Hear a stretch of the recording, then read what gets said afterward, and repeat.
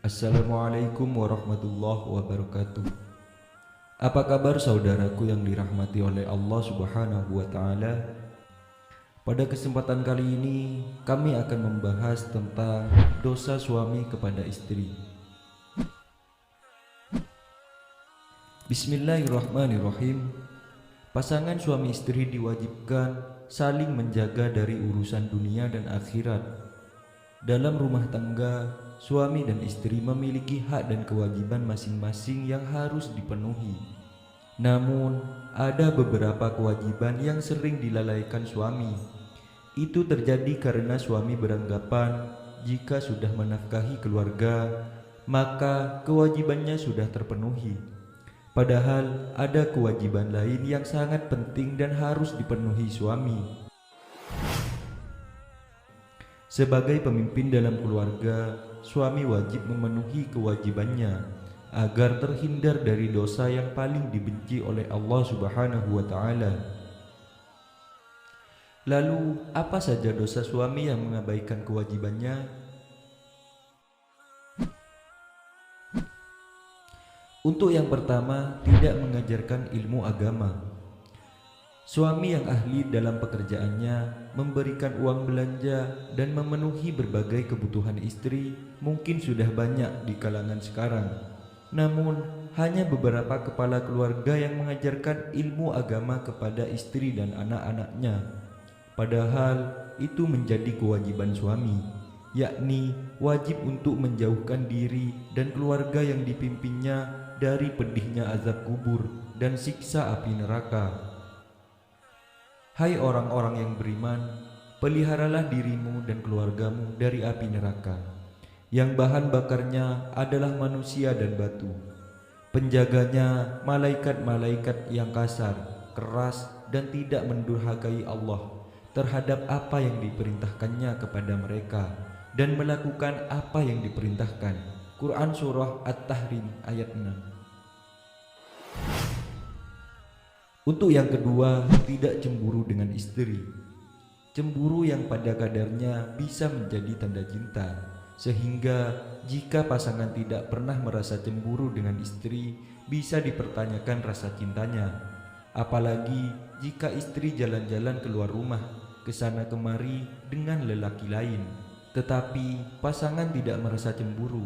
Ini adalah salah satu kesalahan besar yang dilakukan oleh suami. 3 golongan yang Allah tidak akan melihat kepada mereka pada hari kiamat, yaitu seseorang yang durhaka kepada kedua orang tua, wanita yang menyerupai laki-laki, dan ada ad-dayyut. Hadis riwayat An-Nasa'i. Untuk yang ketiga, tidak memberi nafkah kepada istri. Sudah banyak contoh peran suami yang tidak memberikan nafkah sama sekali kepada istrinya. Hal ini merupakan dosa besar bagi seorang suami, sebab memberikan nafkah adalah tanggung jawab utama bagi seorang suami. Bayangkan saja jika seorang wanita yang telah rela meninggalkan kedua orang tuanya untuk hidup mengabdi pada suami, bahkan rela mengandung anak dan melahirkannya untuk suami, namun diabaikan dan tidak diperhatikan oleh suami. Hal ini sebagaimana hadis Rasulullah Shallallahu Alaihi Wasallam yang berbunyi, seseorang cukup dipandang berdosa bila ia menelantarkan orang yang menjadi tanggung jawabnya. Hadis riwayat Abu Daud. Untuk yang keempat, membiarkan istri menafkahi. Suami dan memimpin suami atau suami yang hidup dengan ditanggung istri yang bekerja siang malam, padahal suami tidak punya alasan atau uzur syar'i yang membolehkannya untuk tidak bekerja. Hal ini sama saja dengan tidak menunaikan kewajibannya kepada istri. Selain itu, suami diberikan kedudukan oleh Allah Subhanahu wa taala sebagai pemimpin keluarga. Sebagaimana firman Allah yang artinya, kaum laki-laki itu adalah pemimpin bagi kaum wanita. Hal ini karena Allah telah melebihkan sebagian mereka laki-laki atas sebagian yang lain, yaitu wanita, dan karena mereka laki-laki telah menafkahkan sebagian dari harta mereka. Quran Surah An-Nisa ayat 34. Untuk yang kelima, membenci istri. Istri adalah partner hidup seorang suami. Dengannya, suami akan mengurangi perjalanan hidup yang panjang. Jika suami membenci istrinya, bukan tak mungkin mereka akan menghadapi kegagalan, karena teman hidupnya tak lagi mendapatkan kepercayaan, sehingga akan merusak hubungan itu sendiri.